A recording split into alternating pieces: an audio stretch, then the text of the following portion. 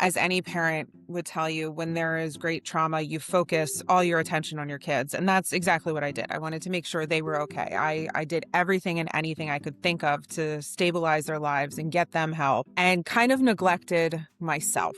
So I talked to the kids therapist like a couple days later, and she's like, "That's you were having a PTSD Yeah. episode, like, you've got to get yourself help." And at that moment, I did everything and anything anyone said. We have a little room in our house we call the movie theater. We piled in there and we watched the Stranger Things finale. And to me, that was the ultimate piece. Having my entire family, we were all warm and cozy. We were all celebrating. Everybody was happy. And like that is what peace is to me.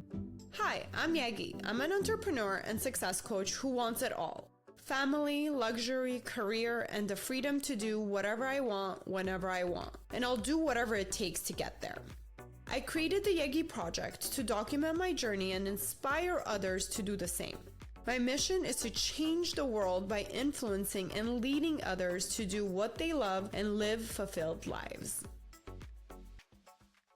Hello, hello, hello. Welcome back to the Yegi Project. Today's guest is A.E. Lee, who is an author and an advocate for domestic violence. I'm eager to get to know her and hear her story from her own perspective. So without further ado, Amanda, please let us know, who are you and what do you do? Hi, thank you so much for having me on here. I'm so excited. As you said, I am an author. I have written 5 books.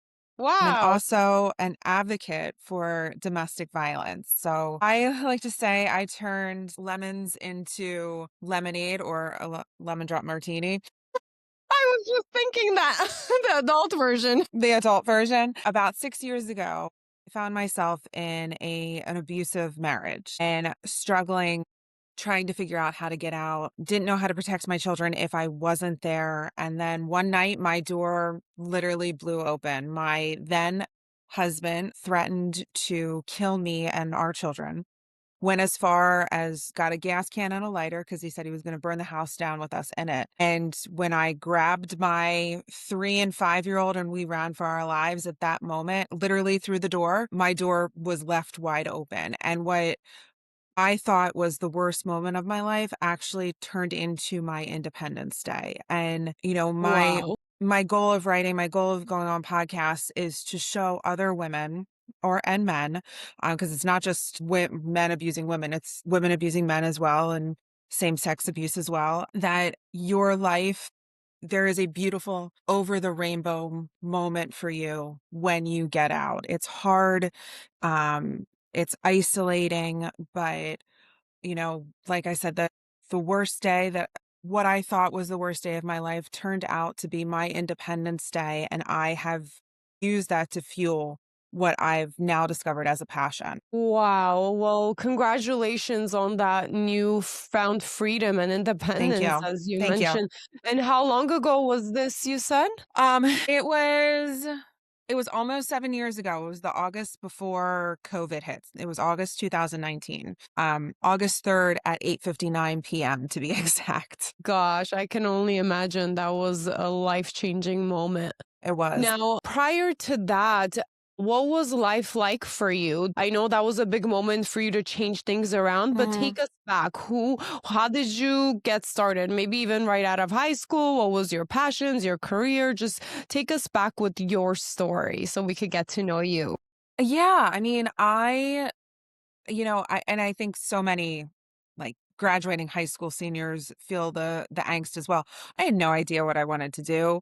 I decided to major in political science because I liked the TV show The West Wing. And I was like, "Oh, that sounds fun. I'll do that." And I did, and I went to college and I started my career in Pennsylvania politics. I worked for a state representative who is now the governor of Pennsylvania, who apparently has just written a memoir, and I'm waiting for someone to read it to see if I'm name dropped at all in there.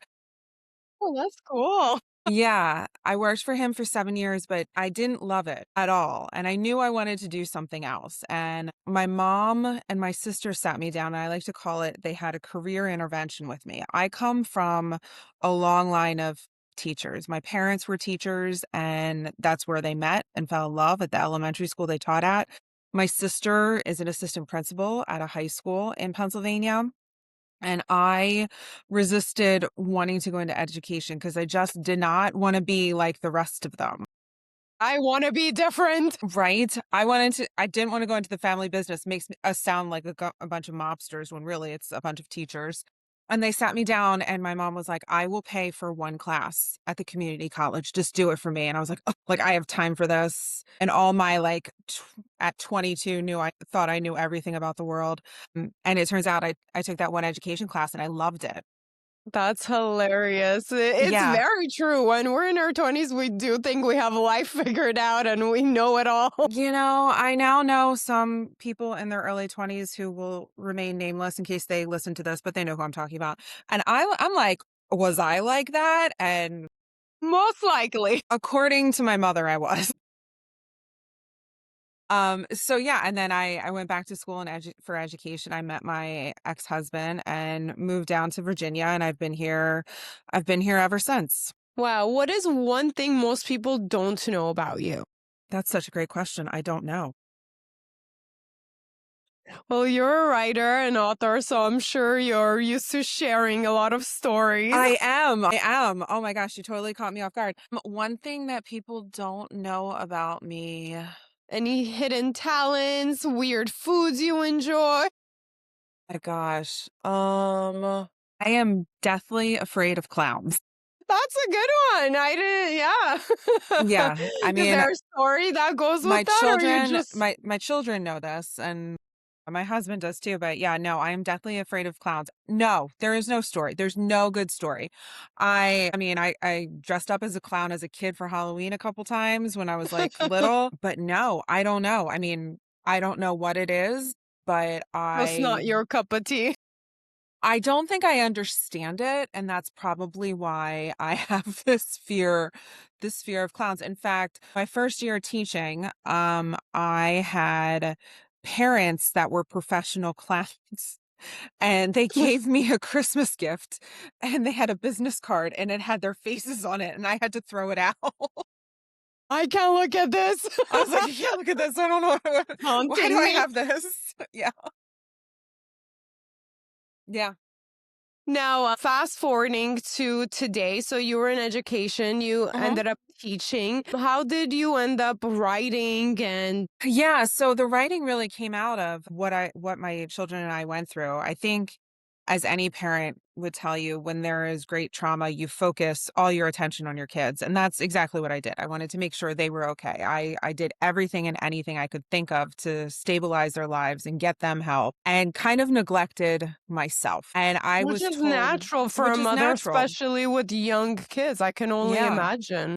And I was told multiple times by multiple people, you need to go seek help for yourself. And it wasn't until there was one night I was having drinks with a friend, and for whatever reason, drinking a dirty martini kind of brought on PTSD symptoms. I had ringing in my ears, I threw up, and I only had a couple sips of the martini.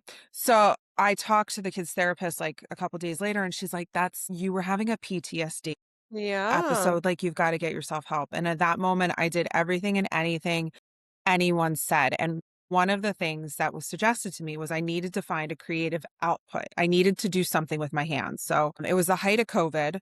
And I had two small children. So I was watching a lot of Disney Channel and I was like, okay, I'm going to teach myself how to knit. So I taught myself how to knit. I can make a mean scarf. That's the only thing I can make. But that wasn't enough. And I also kept being told, like, you should write a book. Oh my God, no one's going to believe the things that happened to you. And I was like, yeah, right. When am I going to have time for that? And one night I couldn't sleep and I started thinking about like what each chapter would be and what I would name the chapter and what the chapter would be about. It And was just coming to you. yes. And then I sat down the next day and it was just like word vomit. It just kind of flowed out of me. And, that's where kind of this passion for writing came from. And if someone would have told me 10 years ago I'd be a writer, I would have asked them, are you high? Like, no freaking way. I have always tried to be the person who journals. I have like a stockpile of beautiful journals from Barnes and Noble because I think they're so pretty. And I'm like, oh, I'm going to journal. This is what I'm going to do. And it's like, no, that's not, It just doesn't happen. I am not a writer, but here I am 5 books later. Um, and have really like unlocked this passion in me. Wow, that's exciting to hear. Honestly, I'm a true believer of if you're meant to be doing something, it just flows. It just comes Hmm. out naturally. You don't have to force it. And I Yeah. think that sounds like that's kind of what happened with you. It's not like you sat there and like, I'm gonna be an author and you did everything and anything to make it happen. Instead, it was almost like, oh, hey, this is working. This is Yeah. flowing. I'm writing, you know. Now I know the publishing process is difficult, especially 5 books. Can you tell us a little bit about your experience? How was it sitting down and writing that draft to publishing to actually selling and distributing the books? Yeah, I mean, the writing process is hard and it's so hard to turn over something. My first book was my memoir about what I went through, and it's so hard to give someone else something so personal and something you're so passionate about, and then literally have an editor like rip it to shreds. Oh, But with all good intention, and I love my editor. She makes all my work so much better. And then, once you have like your baby and then you want to go give it to the world, and it's a kind finding an agent and a publisher for an unknown author is a lot like dating. It is there's a lot of ghosting, there's a lot of rejection. my gosh, I love that comparison. It really is, like, I was like, "This sucks, like, how does anyone do this?" But I found a publisher, and I honestly didn't even realize that they were looking for me at first. It was Fulton Books, and I kept getting a phone call from their in-house, I don't even know what you call her, the person who seeks out like, authors and titles, and I wasn't picking up the phone because I thought it was spam. And My then I just gosh. happened to be in the car, and instead of hitting, like, the end button, I hit the accept button, and she got me on the phone. I mean, and that was pure dumb luck, and my first 2 books My gosh, were I ignore so many calls. I'm like, I wait a ignore minute, should I so be many calls. answering some I calls? just ignored for, like, a week, like, urgent care calling me back because I didn't recognize the number and I thought it was spam, and they finally got me on the phone and, like, you know, I got the mom guilt because I hadn't picked up the phone, but my kid's fine. So my first 2 books were through Fulton, but, if you think about it, to be expected, they take a large percentage of the sales, and then so does the Target and Amazon and Barnes& and Noble. So this past book that I just released in June and the one I'm currently writing, I'm going to self-publish, and I've found Okay. there's tons of people out there willing to help authors self-publish. It is definitely the best way to gain revenue if you're an unknown author. And honestly, Amazon makes it super easy. Okay. Now, as far as your experience of writing and actually publishing, it's almost like again you went into business for yourself and it's a whole other business compared to the education. How would you say your day to day has been like, then finding that motivation, that structure to actually be productive? Because I know a lot of entrepreneurs and a lot of our listeners are wanting to be creative, are wanting to do more and be productive on projects that they enjoy, but they can't find that, I guess, discipline and structure to do so.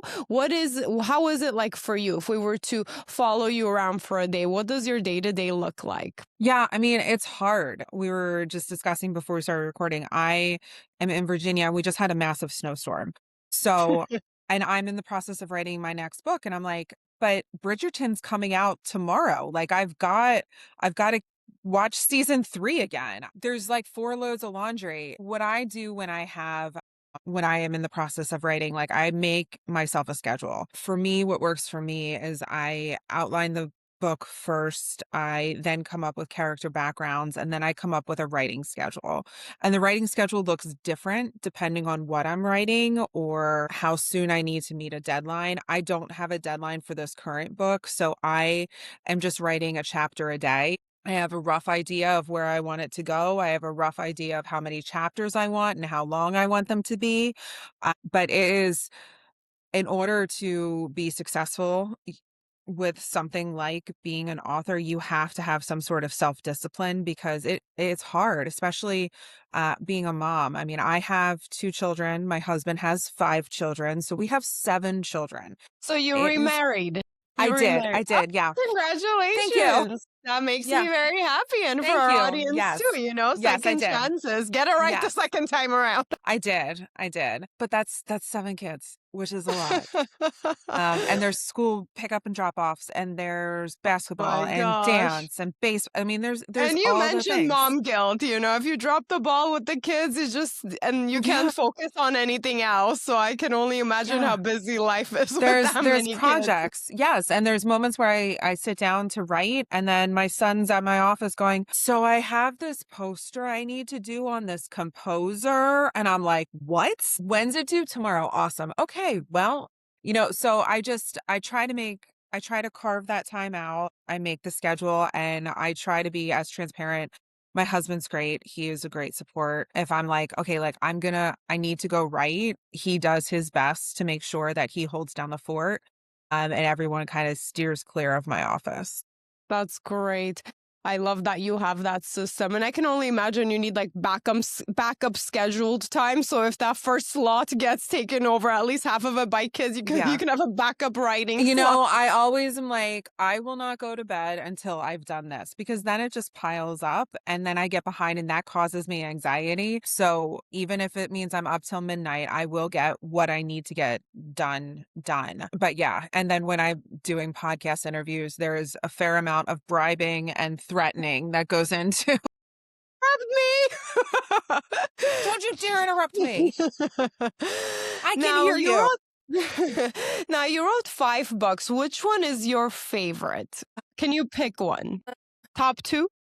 I would say, I mean, the one that I find the most, I mean, obviously the most personal and the one that like is near and dear to my heart is my memoir because that's truly my story. It's what I went through. It's the one that I've gotten people coming back to me being like, it's because I picked up your book that I realized I was going to be okay and it helped me to leave.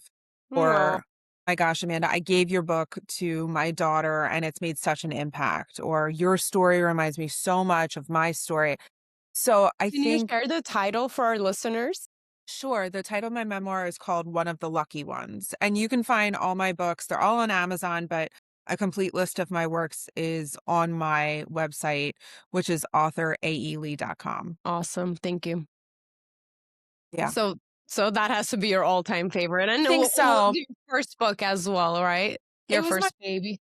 it was my first baby and I think it's probably my favorite just because of the feedback that I got. And not from like my friends and family, but from the people that I don't know. The people that paid money for it. The people that paid money for it. I know Which count. my mom does pay for my books because she gives them to her book club, but like she doesn't count because she She's says a I'm great. little bit biased, just a little. She's she says I'm great. Now, do you have any set morning or night routines? I know a lot of people try to perfect their morning and night routines in order to be productive or feel good about themselves, their self-care. Do you have anything specific or do you just wing it? Oh my God, I could not wing it. I am so type A. Uh, no, I mean, I am one of I would say nighttime is probably more sacred to me than anything. It's definitely like I am one of those people who needs to shower at night, make sure I do my skincare, I have my hair blow dry my hair and like once I get into bed and I've done all of those things, I'm like, okay, now I can relax, now I can go to sleep. Um, and in the morning, I mean, I wake up super early so that I can get myself together. I feel better when I am put together. And then I start getting the kids ready for school. Awesome. Now, if you had a magic wand, what would you change? First thing in mind that comes for what would you change in the world? What would I change in the world? First thing that comes to mind. It could be something silly too. I know we all want world peace. But besides that, first thing you would change. Oh my gosh. Well, I mean, I was just watching the news. So it would be how everything's happening right now with ICE and Minnesota and immigration and as a parent it makes me fearful. It really makes me fearful. It makes me fearful for my students. It makes me fearful of what we're being shown and what we're being told what's happening. So my magic wand would be to this. I mean, honestly, it's a complete debacle what is happening. Yeah. All right. So now moving on to your personal experience with actually like running your life and your businesses. What was the hardest thing you've done? And what is one piece of advice that helped you get through it? I think the hardest thing I've done is talking about what happened to me, letting other people's know what happened to me. I mean, for so long I was in an abusive marriage where I didn't talk about it and I didn't share it because it's almost like if you say it out loud, it becomes real. Mm, And now here I am. I've written a book about my own personal experience. I'm on podcasts talking about the experience. So I mean, just being able to talk about what happened to me and not worrying about repercussions is huge.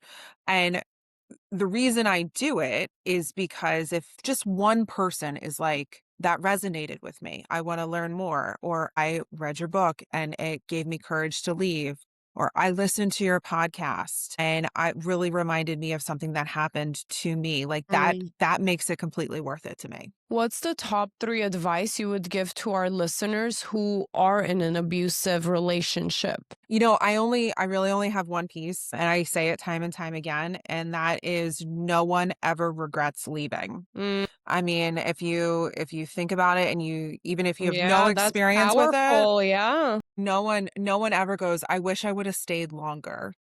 I wish I Most would have people probably said, I wish I left earlier. exactly. I wish I would have left sooner. I wish I would have ended it here. No one ever regrets leaving. Once you're out, no one ever regrets leaving. So, besides kind of admitting to yourself that I, if I leave or if I share this story, it's gonna make it real, and then I'm gonna have to restart. That fear of change, I feel like. Besides that, what were some of the reasons going through your head that you didn't leave sooner? It was almost like I was in a fog, that Yeah, I didn't really process what was actually happening to me. I had 2 small children back to back. I mean, they're only 17 months apart, and I was in the thick of it. So I feel like I was in survival mode for a very yeah, long time. And then it's just like almost one day I just kind of woke up and was like, I didn't recognize the person that was looking back in the mirror and was like, what is happening to me? So I don't know that there were specific reasons in the beginning. Once I realized how unsafe the marriage was becoming, I then knew I had to get out. But I live, as I've said, in Virginia, and it is a unification state, which means like they want both mothers and fathers to have as much parental rights as possible. And I knew I couldn't protect my children if I wasn't there. And I didn't know how to do that. I didn't know how to make it safe for them if I wasn't there to take the brunt of it. I see. Yeah, makes it more complicated. Now looking back, were there any red flags when you were dating, even before you guys Oh, got yeah. married? Looking back, because for our audience that are just dating, or they're in that beginning stage, what are some red flags they can look out for to Yeah. avoid more pain? Yeah, well, I mean, one of the biggest red flags is I mistook his anger as passion. Mm, I mistook the arguments, the like he fighting cares. as passion. Yeah, and I mean, I would say like one of the biggest red flags was on me. When we started dating, I was 28 and I had been a bridesmaid 9 times. I was like, I'm done. I'm done. I'm getting married. I'm going to have children. I'm doing it Mm, now. Before I'm 30, I'm doing it. And I honestly don't think it would have mattered who came along after I had made that decision. They were going to be my husband. And mm. that looking back, I mean, it seems so stupid. Like, why would I make that Well, declaration? Why would yeah, but honestly, a lot of people do. A lot of people do, Absolutely. and it's Absolutely. And it's natural. And I'm glad you're sharing that, because a lot of people listening are in that boat too. They want to find their significant other, and Mhm. they are willing to settle. I mean, but for what, right? So, is it better for you to Yeah. be single, or find the right partner that's It's better to be just a single. just a whole different topic Stay and single. discussion we can have. Yes, yes, absolutely, right? So I think like you just making up your mind about just this year I'm gonna get married is probably this year I'm gonna get married to the right partner. Yeah, and I mean, I look at some of I mean, one of my very best friends, like she waited and she never settled, and I admire her so much. I mean, she has a beautiful marriage now with a beautiful baby and it's peaceful. And like that's what you want, you know. So yeah, and no, it's better to wait. Absolutely. All right. Is there anything you wish your 20-year-old self knew looking back? I mean, let me rephrase that. How can I answer this? I guess if you could give your 20-year-old self advice right now, what would your talk be with your 20-year-old self? Trust your gut. Okay. Butterflies are not always a good sign. Sometimes that's your nervous system like sending off flickers that something's not okay. But really just trust your gut. Like if it doesn't seem Something right, seems off, it probably is. it is. And guard your peace. You know, take your, I don't know how to phrase this, but like hold yourself and your energy and your peace as the highest thing and guard it with every ounce of your being, because that's what matters. And the person you're meant to be with, either whether it's friends or a partner, are going to respect that boundary. All right. Do you want to pick one of your latest books and tell our listeners about it? What are some key takeaways, some highlights, some life lessons in there? I would love to hear more about your work. Yeah, I mean, currently writing a fiction series, excuse me, loosely based on what happened to me. It follows a female detective in the domestic violence unit while she goes and solves cases. Oh, cool. And we do love mysteries. Yeah, there's love story in there too. Of course, there has to be one. There has to be. All right. So, my last question to you is, what does a fulfilled and peaceful life look like to you today? You know, the best example I have of that was like just a snapshot of my life was New Year's Eve. My husband and I, we had all the kids. We were in pajamas. We had a pajama party, like even the 20-year-old with her boyfriend, and we made homemade pizzas. The kitchen was destroyed, but we all had so much fun. And then we have a little room in our house we call the movie theater. We piled in there and we watched the Stranger Things finale. And to me, that was the ultimate piece. Having my entire family, we were all warm and cozy. We were all celebrating. Everybody was happy. And like that is what peace is to me. I love that so much. Well, again, thank you so much, Amanda, for sharing your story. And for all our listeners, thank you for tuning in. Please make sure to check her work out and also comment. If you have questions, you can reach out to me or Amanda. Will be more than happy to discuss things in further detail. But until next time, thank you for listening. And thank you so much for your time, Amanda. I can't wait to read one of your books, actually. I'm very intrigued. Thank you. Have a great rest of your day. And thank you to our listeners. Thank you for Bye. having me. Bye. Thank you for listening. Please rate and review this podcast. Follow and engage with us on social media under the Yegi Project. And if you're interested in being a guest, email info@theyegiproject.com. And don't forget to subscribe so you don't miss out on any future episodes.